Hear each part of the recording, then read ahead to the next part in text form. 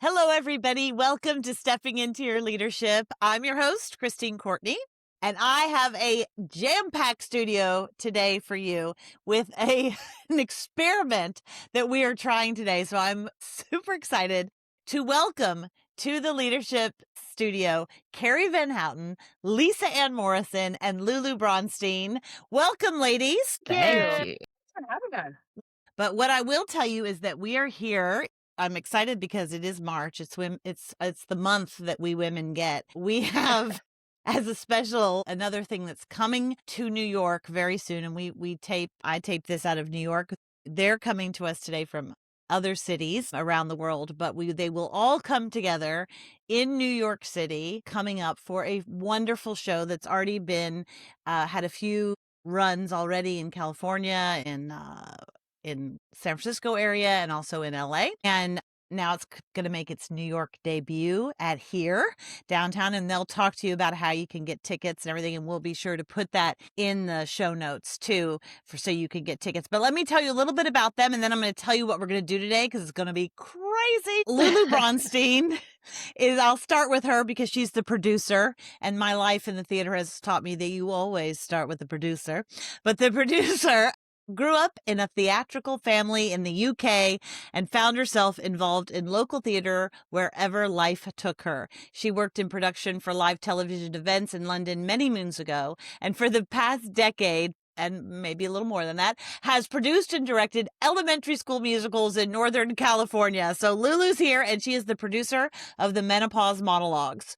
Carrie Vanhouten, right over here, is the creator. She's from Rochester, New York. She's a transplant, a lifelong feminist and theater major from Marymount Manhattan College. She is the creator and co-founder of the Menopause Monologues. All three of these ladies are co-founders.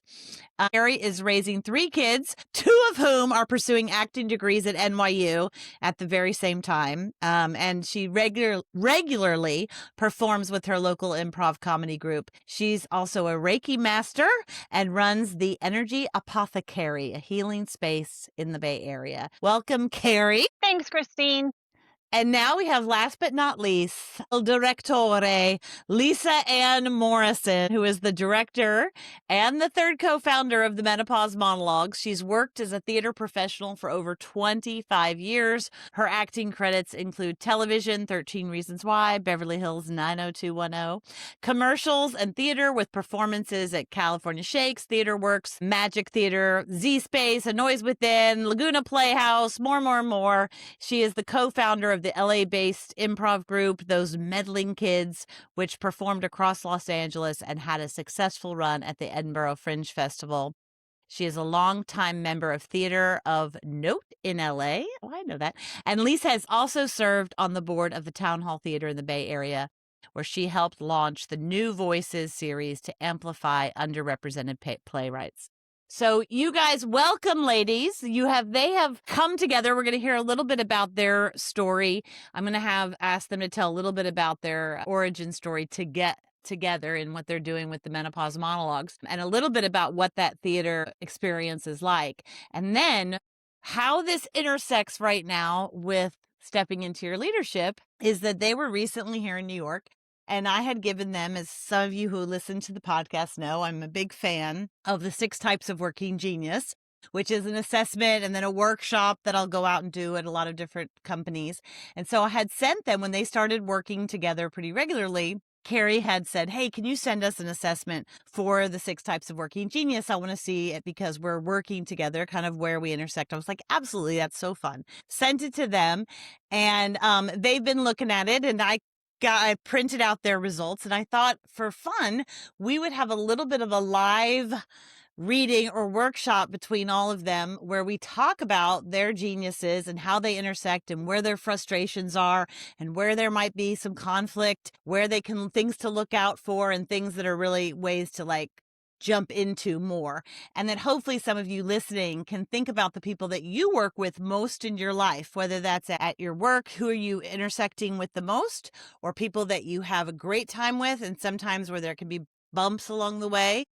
You can listen to this and see if you have anything in common, or even if it's in your personal lives, people that are your friends or your romantic interests or your kids and how you can maybe find some insights here. So they have willingly put themselves into this today, and we're going to give it a go. It might be a disaster, but I feel like I'm in good company. We're going to have fun either way. So here we go. Before we start, Carrie, why don't I don't know, I'm picking on you, but why doesn't somebody tell us your kind of origin story of how you guys came together for this? Yeah, sure. You She can is pick the on me. perfect person for it. Okay. So a few years ago, I was having weird symptoms. I was having like these huge rushes of rage, and I was having migraine headaches every single month, and I just wasn't feeling myself. And I thought I might be losing my mind, and it was affecting my relationships, mainly my husband. Poor guy. And so, like every little sister does, I called my big sister and I was like, Julie, what's happening to me? And she said, Carrie, I think you might be going through perimenopause. I was like, what? And so, long story short, she told me a horrific story about the shitty. Can I swear on this podcast? Yeah, well, sure. You're The that poor. person. I'm kidding. Yes, you can. We don't have a lot No. of we don't have a lot of young people that listen to our stepping into our leadership, but you never know. Go ahead. Go ahead. Okay. I'll keep it PG-13. No No, it's problem. fine. So she received very poor medical care around her perimenopause, and I got really mad. And I channeled that rage into a creative idea, which was the menopause monologues. I thought, what if we all heard each other's stories? Then we could all learn from one another because, sharing is the best medicine for women. So I called my theater besties, Lisa and Lulu. We've always had a great time on stage together. Lisa has been our acting teacher and our improv coach for years, Lulu and I both. And I said, hey guys, how about a show? Let's do a show called the Menopause Monologues. And they both said yes. And gosh, that was 2024. And we've been rocking and rolling ever since. Really busy. It's been great. Really busy. And you have a show coming up, right? So you got to give a shout out for that because I'd love for some of our New York listeners to check it out. So when is it and how can they get tickets? Yeah, it's the first weekend of May, including a little Thursday, April 30th. So it's April 30th to May 3rd. And that's at Here Art Center. And you can go to here.org. It's HERE.org for tickets. And we're Right. having only 5 shows in one weekend. So Okay. Awesome. Thank you guys. yeah, So let's dive into how you work together. So you guys have been working together how long? a couple years. Well, yeah, a Yeah. year and some change, maybe a year And and a half. before that, you were friends and worked with each other here or there, but not like as intensely as you do putting this show on, right? And it sounds like you have pretty clear lanes. Like Lisa has as a director, Lulu's producer, Carrie, your creator, right? Like, so I assume that plays out in how, like, just like a business in terms of like the things that you focus on. Is that right? Or how Well, many things overlap? a lot of things actually overlap because Okay. there's just 3 of us. So Yeah. we're all, producing in one way. But then there's like when you think about like being like on a movie, a line producer deals with the budget, that's going to be Lulu. But then if there's our social media and our graphic design, that's Carrie. And then when it gets to be, we all collaborate artistically for what's going to be on the stage. But when it comes time for like rehearsal, then I am the director. Gotcha. Gotcha. Okay, cool. Good clarification. All right. So when they took the tests, for those of you listening, Carrie, who was the one who spoke earlier, if you're listening, if you're watching this on YouTube, you can see her in the hot pink. But Carrie came out, her working geniuses were tenacity, number 1. Okay, so tenacity number 1. Second was an innovation, right? So innovator was her second one, or not innovation, but invention, as we call it. So first one was tenacity, second one was invention. Then her working frustrations are galvanizing and wonder being the biggest frustration. Okay, so we'll talk about that. If you don't remember what those are, we'll see them kind of play out as we go. Lisa, who was just clarifying for us, she's the director, who was just clarifying for us how the roles intermingle. Lisa's number 1 was enablement. And for those of you who remember enablement, those are your folks who are the first ones when it's time to implement something. They're the first ones ready to jump on to say, I could do that, or let's get this together, or let's put on a show. They're the first ones to be like, I could start that idea. That's our enablement geniuses. Second, she has discernment, which is very important in the middle stage of work, in the activation stage of work, really looking at what ideas work, what needs to be tweaked for a certain audience or a certain city, maybe that type of thing she's really good at, I would imagine. And then her frustrations are also wonder, which is aligns with Carrie's frustration of wonder. And wonder, and then her other frustration is invention. And so we're going to talk a little bit about that. Wonder and invention are the two geniuses at the very beginning phase of work. Generally, when we talk about it together, they all spell out widget. So the W and the I of widget is wonder and invention, and those are the ideas generally in a phase of work that's about the creative process of coming up with something new, right? Wonder is the questioning, wondering what's out there, what are we not seeing, what's possible. A lot of founders out there have a lot of wonder genius. A lot of folks I see it a lot in, like, scientists have a lot of it. Sometimes people who are artists to a large degree sometimes will have a lot of wonder. They tend to be, not always, but they tend to have a lot of, like, they're very introspective and questioners. So they also tend to be pretty observant and a lot of times on the quieter side, those wanderers. Inventor genius, which is also in that first kind of stage of work, right? Where your ideation stage, we call it, that first stage is ideation. They're the ones who love to solve a problem. So Lulu also has invention as a genius, and she has galvanizing, which we'll talk about in a minute. But since we're talking about the W and the I of widget, the invention stage is people who want to solve things. They generally are looking for, after the wanderers thought of the question, they want to come up with ideas, and they love to come up with lots of ideas, and they come up with ideas all the time, whether you want them to or not. They're constantly coming up with new ideas. You know, my husband is an invention genius, and my family, we make fun of him because the kids make fun of him because he's always like, I have $1 million idea. And we're like, okay, what do you have? What tonight is your $1 million idea?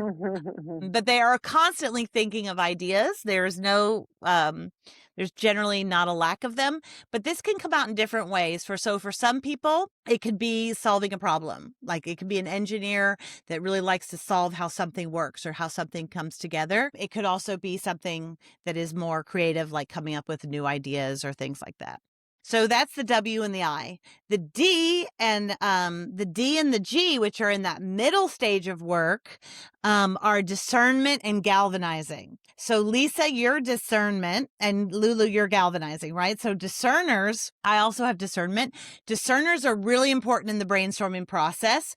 We are also creative, but the way we do it is a little bit different in how it comes up. It is very difficult for us to listen to just a brainstorm without automatically thinking what's wrong with that idea or how can I make it better. It's very hard because we're constantly thinking like we're good at it. So discerners see patterns very easily. It does not surprise me that you're a director. They can see, oh, this is going to work. This makes sense.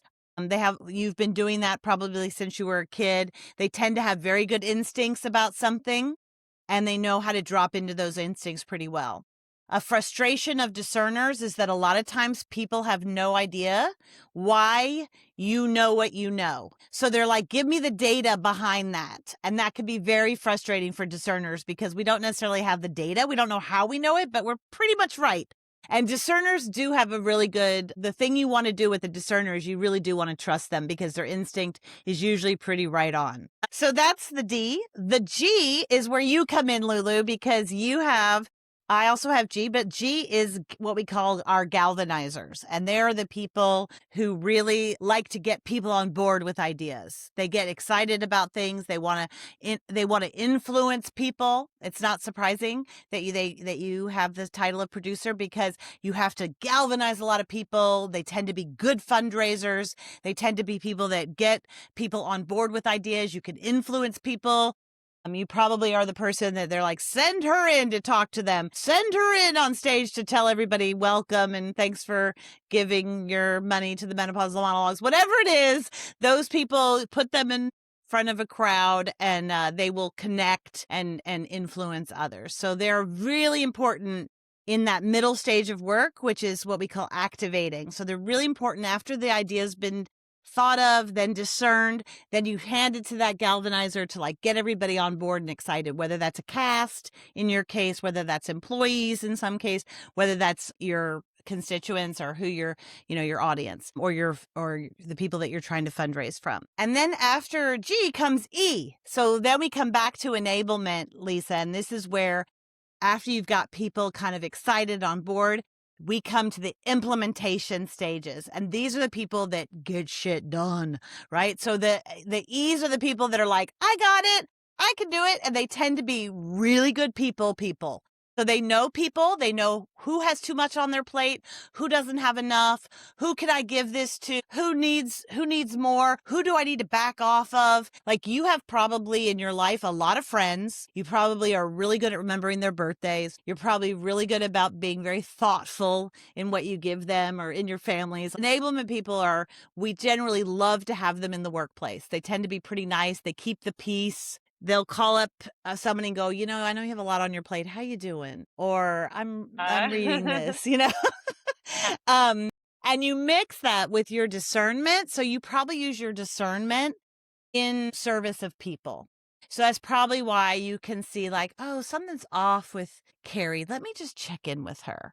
That's probably going to be something that you would be pretty good at, I would suspect, right? And also, likewise, if you have actors on the stage, you're also going to be able to be like, how are they doing, as a person? And I'm going to key into them that way. That's what I would imagine that you'd be pretty good at.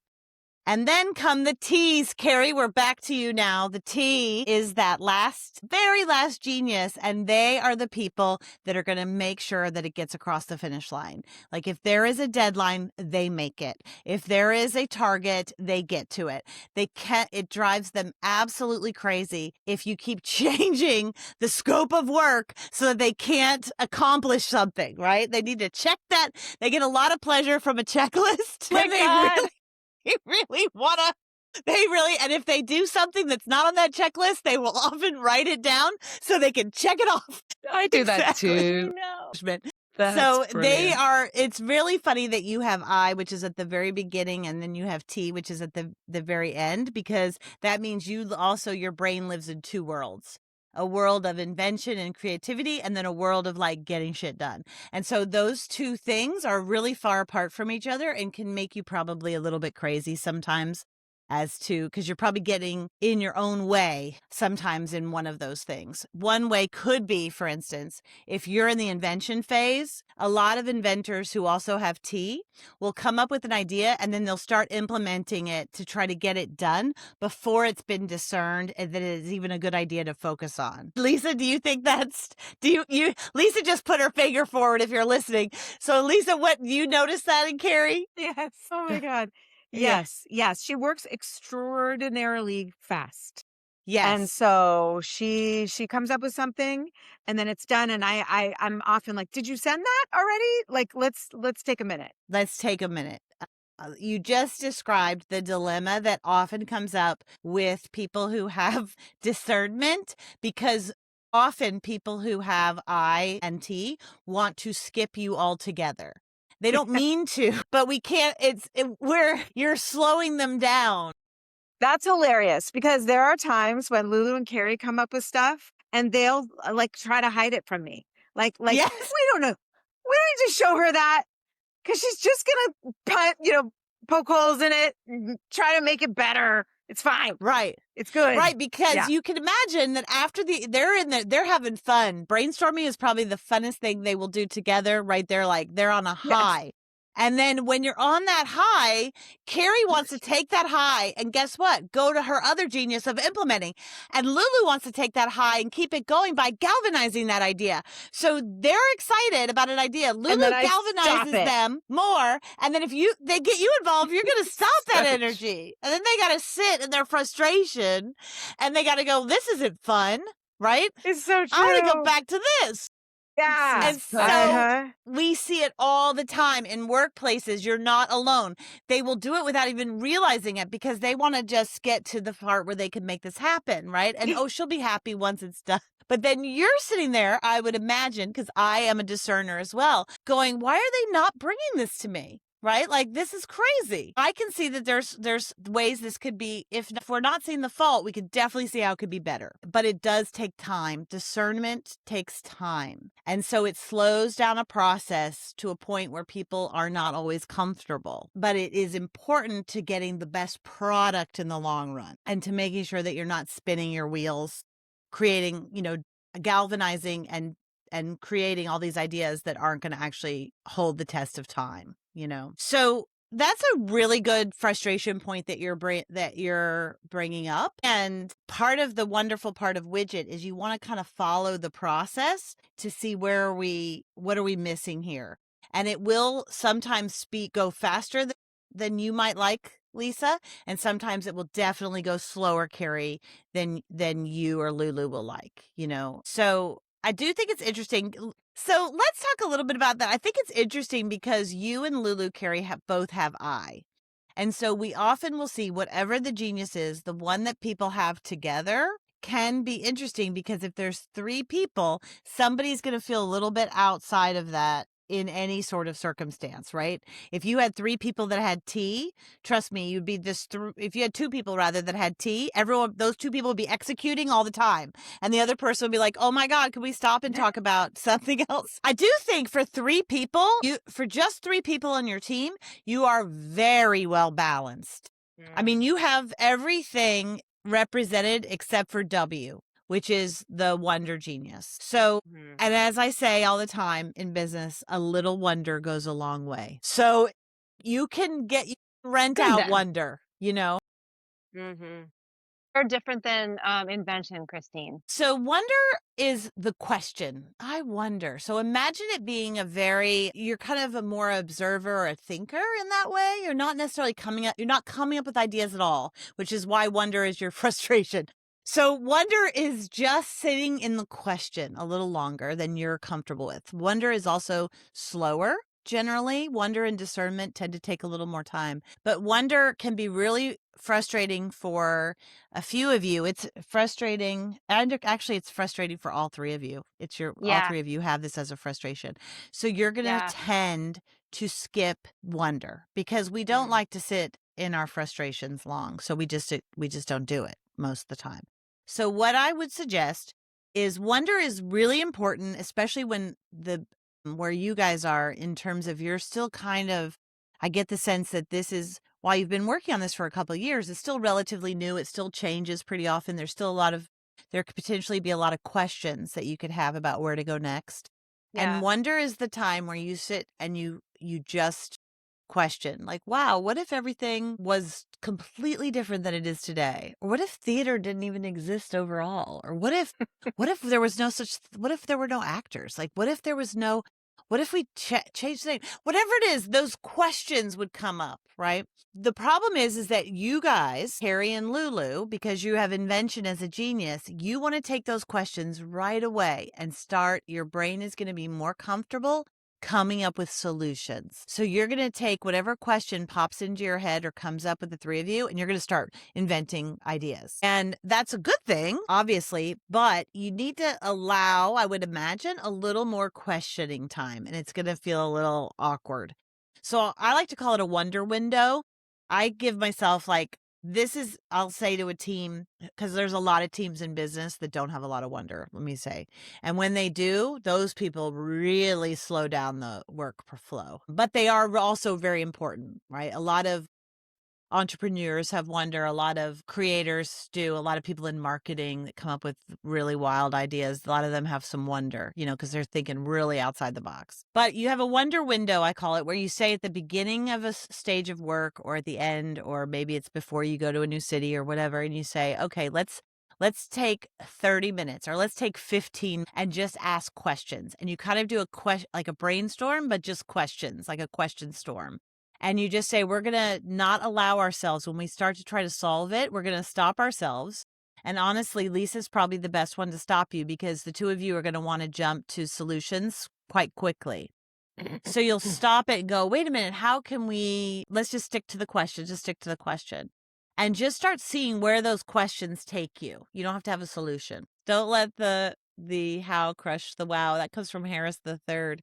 And Yeah. Erica Petrelli. Erica Petrelli Bye, who brought it to us. That's so true. Very good. Yes. So you want to let that sit in that little wonder a little bit longer than you're comfortable with, and then move on to solutions. Like I said, it doesn't need to be too much, but you do need to think like, what are we not asking? What questions are we not asking ourselves here? And the other way to do it is to bring in somebody who's a really good wonderer, and invite them to that conversation, because you'll see the questions that they go to are going to be a little bit deeper, a little more wilder. It might make you a little more uncomfortable, but it's a good person to bring in. Yeah, we have sometimes a business consultant who does ask a lot of big questions, and I bet you that's one of her geniuses. It might be. It might Yeah. be. Some people are trained in it, to do that, but sometimes you'll see it in folks right away when they have it. Because also, if you worked with them regularly, you'd start to get frustrated with them because they're going to slow down your process. Especially you, So Carrie, what because is you're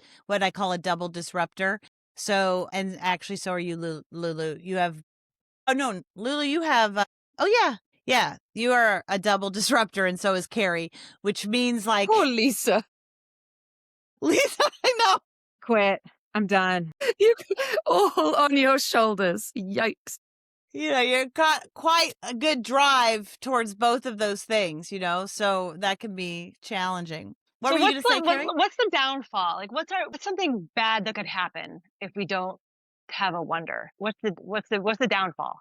What's You the might pit? be slow to notice. You might be slow to notice, like the world is changing right now, and we're not changing with it.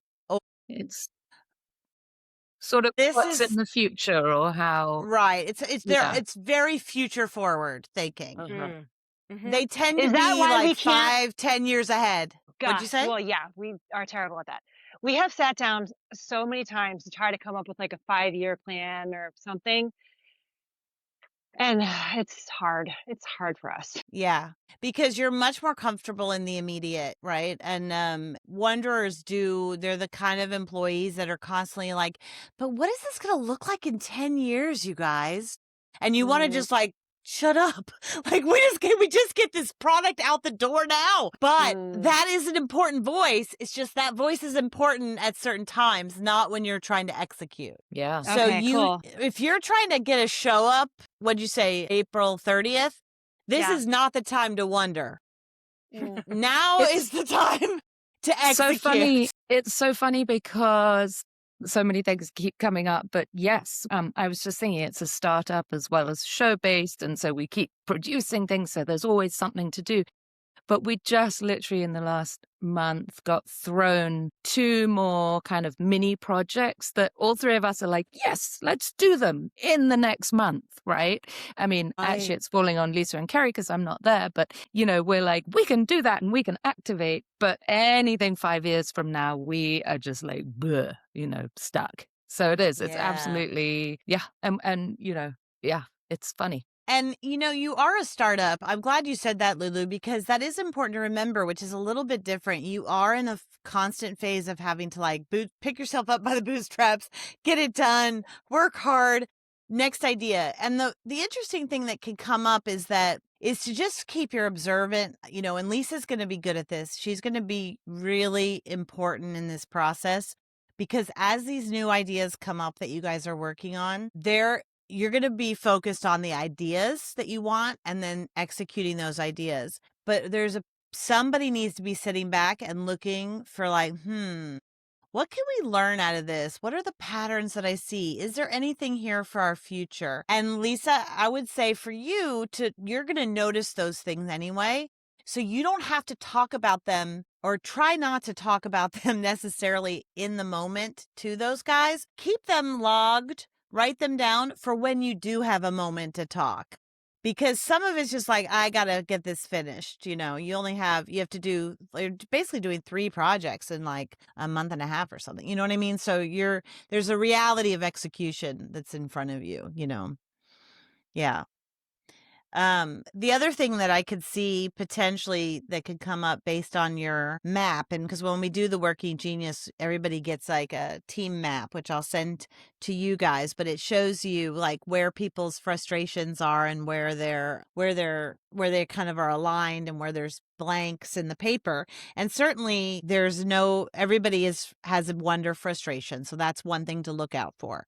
I think the other thing to look out for is that what we already kind of started to speak about, and I'd like to hear Lisa's point of view more on this, Lisa, is that because you both have invention, Lulu and Carrie, and you're quite strong in your geniuses are both in the disruptor phase. They're kind of disruption, like they exert their energy on the world. They're not the observant ones that are watching the world and seeing what happens. They're the ones who are like, I'm going to make this happen. That can be overwhelming to work with in just a triad, And so, especially for a discerner who really needs to kind of step back and think about things or take a little more time with things. So I'd love to hear, Lisa, from your point of view, where those frustrations come up, because I think I see it a lot in companies and different teams all over, see that. I'm sorry, is that sound again? Do you guys hear it? Yeah. A little bit. I don't hear it. We just lost you, Lisa. We just lost you altogether. I can lip read, Lisa. Okay, I can hear you. Okay. Can you hear me now? Yeah. Can you hear me? Okay. Yeah. Yeah. I don't know why Okay, it just if will if, go it, out. if it doesn't bother the podcast, then I'll get that sound out of my. Oh, here comes I'll Tatiana, stop so we'll talking hear what about it. she says. Okay. Okay. Mhm. Okay. Okay. It's fine now. Okay. Happening.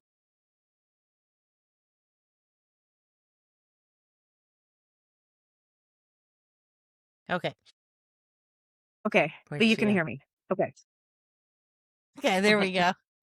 All right. So, Lisa, talk a little bit about that process for you, what you see. Talk a little bit about what? Say that again. Talk about the process of when they're coming up with a little bit about what that feels like when they're coming up with ideas and so forth, and they're in Yeah. there kind of, because certainly you're a creative person, so it's not that Yeah. you don't have creative ideas. I mean, discerners have some of the most. It's just that ours come out a little bit differently. So Yeah. Yeah. I think, we're learning each other better as we go on, but there are times where I feel like I come in and I'm just a wet blanket, that I just take all the fun out of it. They're like vibing and this and and then I'm just like not. yeah. Yeah. That's what it can feel like. It doesn't always feel that way. And the truth is their ideas are really good. Both of them come up with great ideas. And so there's something in me that I need to go. I like that you reminded me to not say anything and just listen, because I'm quick to poke holes. I'm a Jewish family. All we do is complain and no, I think it's this. I think it's this. And it's been a frustration for other people in my life that I am kind of devil's advocate too often. So the truth is, every idea that they come up with, luckily, this I'm in partnership with two super creative people who come up with great ideas. But it's just the way I work, and it's not a no. I'm not saying no, I don't want to do it at all, but it can read that way because I'm just asking questions and trying to figure out how we can actually do that. And it probably comes off negative when I don't mean that. Right. Yeah. Yeah, Lulu. I'll just say more often than not, we hear, let me think about that. Let me get back to you on that one, because I think and also we have learned that more often than not, or I don't even know where the balance is, but we all need to take that step back and think about it. And Lisa is so often right. Yeah, sometimes she'll say, let's think about it, to one know. of my really great ideas. And I'm like, why didn't she just say yes? And then the next day, after she's given me the gift of 24 hours, Yeah. I'm like, you know what? It was nothing. So I need her breaks sometimes. Yeah. And I want you to hear that, Lisa, because I think it's interesting. Your discernment is paired with enablement, and enablement is going to make you want to be pretty nice to people. And so you're going to think about them more often than you think about yourself, or That's my whole life. potentially, yeah, exactly. These tend to be our whole life. You're going to think about them and their feelings sometimes more than the greater good of the show even. And so that's really important to keep in check, because while this enablement is a superpower of yours, it can also be your kryptonite. So Yes. when the interesting thing that we don't always realize about invention geniuses is they have a million ideas. So it's okay to tell them that this idea isn't going to work, because they'll get over that and then they'll be ready for the next one, because they have no qualms. They have no fear that they're going to run out of ideas. Yeah. So they kind of need you to, because they need your discernment in any sort of art form, but in business as well. We need those discerners to voices to come in. And if your discernment was matched with a different genius, like I have people who are DTs, like discernment and tenacity. We call them the butt kickers. They don't care. Like, they see the problem, they tell you how it is, and like on with the next, like off with their head. Like, they don't care. Do you know what I mean? Now that would cause other kinds of conflict. You don't have that. But I would say that you need to, when you start to feel yourself in those brainstorming moments, I think it's good to hold your mouth a little bit. Let them invent for a certain amount of time. We're going to brainstorm on this for a half an hour or an hour, and you guys go, and then you just get it. Just listen and try to stay in that space. And then they're going to turn to you and say, okay, Lisa, discern away. Go ahead and discern away. And then they're going to keep their mouth shut and they're going to take notes, because as you talk, guess what's going to happen to them? They're going to think of a million other ideas. Or Lulu is going to try to convince you of the other idea, because that's her genius, is to influence, right? So then they're going to have to be quiet and try to listen to your questions and wonderings, and it's going to feel slow, and you guys are going to all of a sudden get tired, and you're going to want to go get tea, and you're going to get distracted, and you're going to become kittens. Lay on the floor. And yes. And they're going to be like, haven't we done this enough? Camera. Seriously. Oh my God. And so that's why you have a timer on, so that you can see, okay, I've only endured this for 15 minutes, right? Because Lisa's going to be excited to talk about these things more and like wonder and, get us into this and think about, well, wait a minute, if we did this, or, I liked a little bit of this, but what if we did this? Or I don't know, that's not going to work. And you guys are going to be like, and so that's important to let her go with that process and trust that she's going to come back. And then once you then can make a decision. But really, if you're wondering who's going to make the decision, she should have a greater sense of what's going to work because of that. Yes. I got to go. Bye.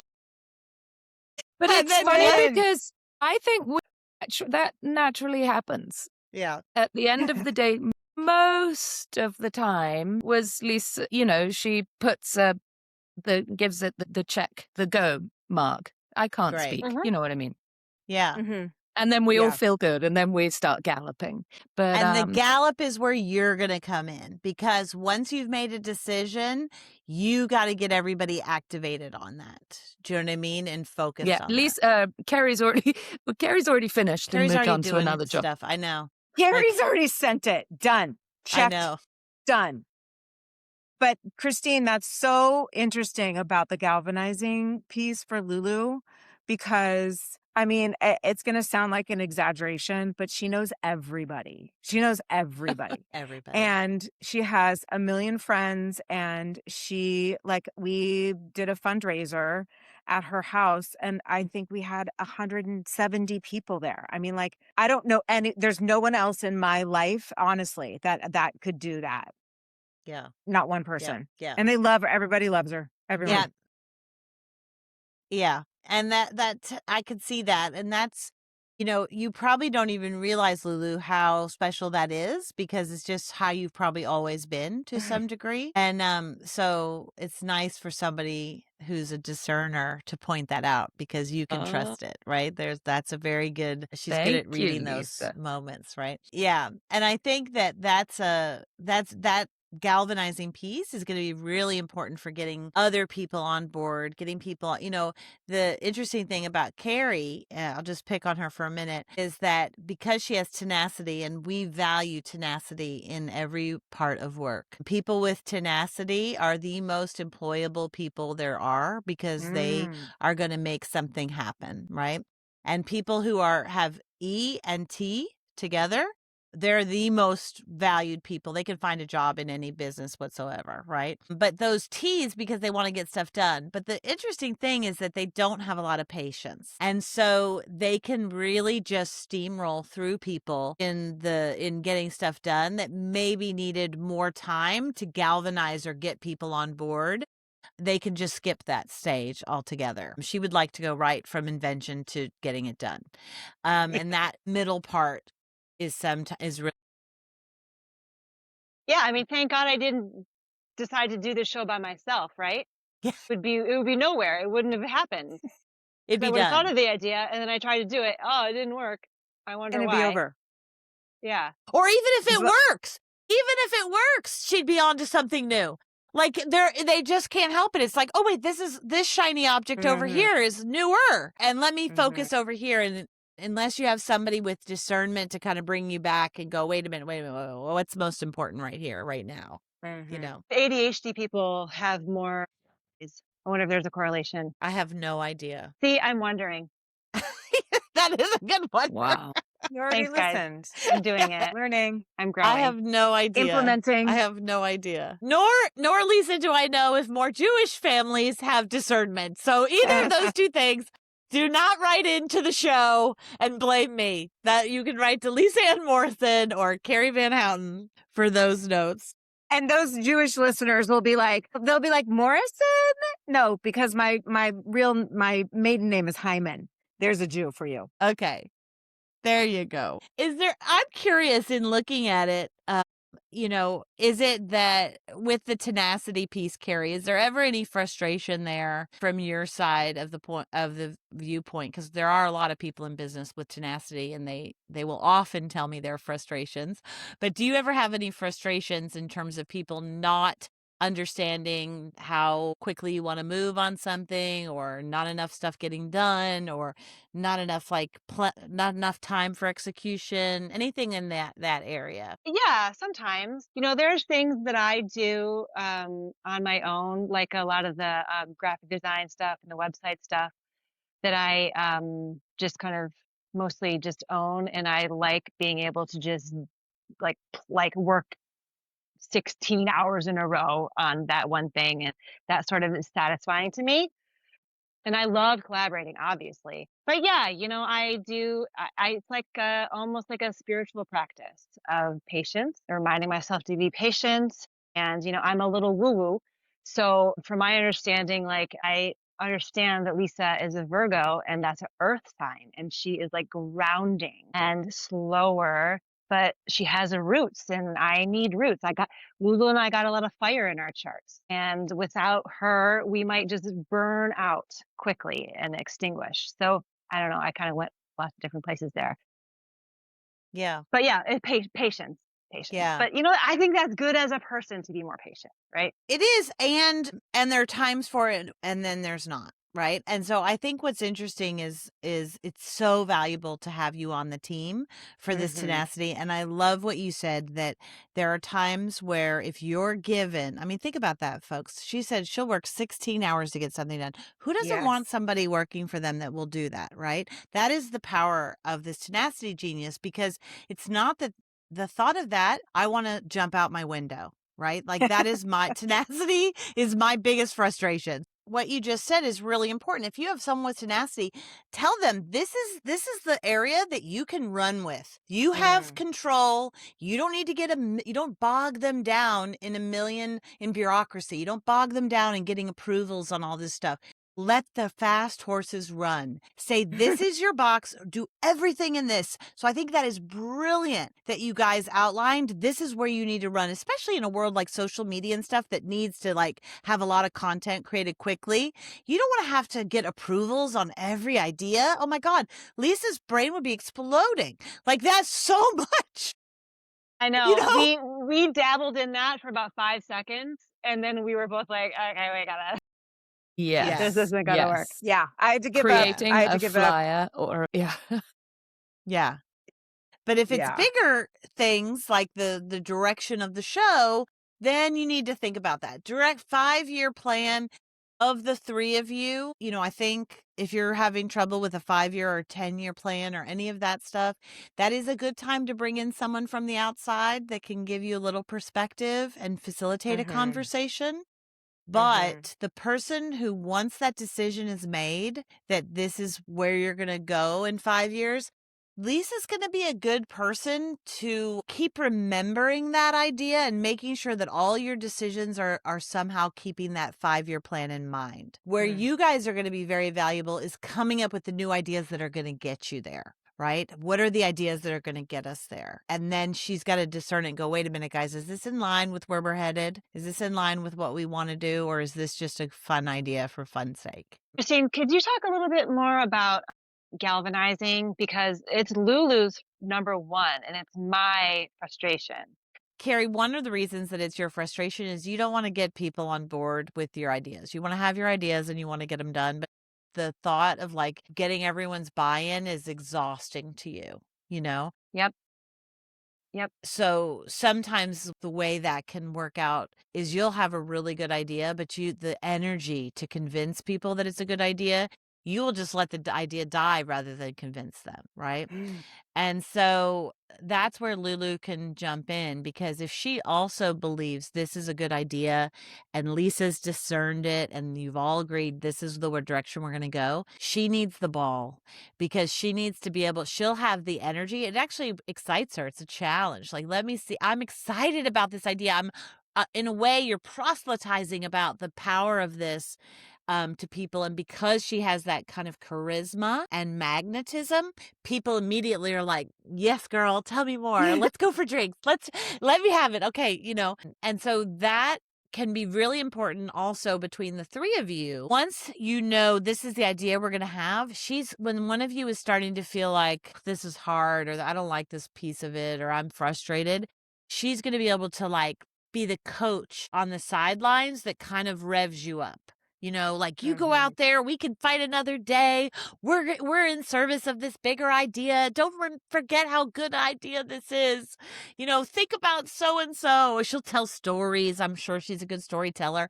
Whatever it is. Yeah. Yeah. She's really, I can, when you're saying that, I'm picturing Lulu when we're in the theater and those producing weeks. Like, you really shine when we're in the hardest moments of our whole work. Totally. Yeah. And Lisa and I are in awe of you. Yeah. She's nonstop too. She's tireless on a level Yeah. that's mind It's a blowing. lot of galvanizers have a lot of energy. We have bursts of energy. Bursts of energy. Your energy, Lisa, is lower and steadier. It's just different. What's that? You have steady energy, but it's lower energy, but it's steady throughout. Whereas their energy is going to come into bursts, bursts of energy, and then they'll maybe crawl up on the couch at some points, right? I know that Lulu has to go in a couple of minutes, but I just wanted to ask you, as we start looking at it, think about these things and the worst thing one can do with their working genius is try to be something that they're not, or try to be someone that they're not, or try to say, I'm going to work on my frustrations. So if you leave here today and you say, I'm going to try to get better at wondering, that is the wrong thing to think. Because Okay, we're not supposed to work on these. you're not supposed to work on, we're such good students, especially a tenacity person is going to want to check off, I can be better at this, this, and this. Instead, double down on your geniuses and get really good at your geniuses, and just know when to hand the ball to somebody else. Like, it's their time. Spotlight here now. And know that you're always going in kind of an order, and where you'll start to feel, we always do this analogy of an airplane, of turbulence. It's you don't feel sick if you're in an airplane and you start up high and you start going down low slowly. But where you feel sick is when it's going up and down, up and down, up and down. And so you really want to say, like, okay, this is wonder. Now we're in invention for a while. Then we're in discernment. And now we're in galvanizing. And now we're in enablement. Now we're in tenacity. and back again. And you want to kind of say, like, what does this require right now? This requires tenacity. All right, Carrie, tell us what to do. Tell us what to do. And let her, like a drill sergeant, say, you need to do this, you do this, you do this, you do this. And you guys, okay. And you try to, keep up. If it's tenacity is not invited to a discernment party, you know what I mean? So that's when you're going to not try to be a discerner, Carrie. You'd be terrible. Instead, you're going to let Lisa shine in that moment, so it's about kind of the passing off of things. Make sense? Really cool. Okay. Fascinating. I could talk about this for 5 more hours. I know, but I've taken your time enough. If you guys, please come out, everybody, see them in action at the Menopause Monologues and celebrate women on that day. And also for all of us out there who are looking, how can I jump into my working geniuses? Feel free to do yours. It's the 6 types of working genius. It comes from Patrick Lencioni's group, the Table Group. And if you want to learn more about it, you can see we have other episodes in the podcast on it. So hopefully we'll see you guys when you come back to New York. You're such an expert at working genius. I love it. So cool. Thank you. Thank you love for it. having us. Absolutely. Bye, you guys. Thank you. Thank you. Bye. For the full conversation, search Stepping Into Your Leadership wherever you listen to podcasts. Subscribe so you don't miss the next one.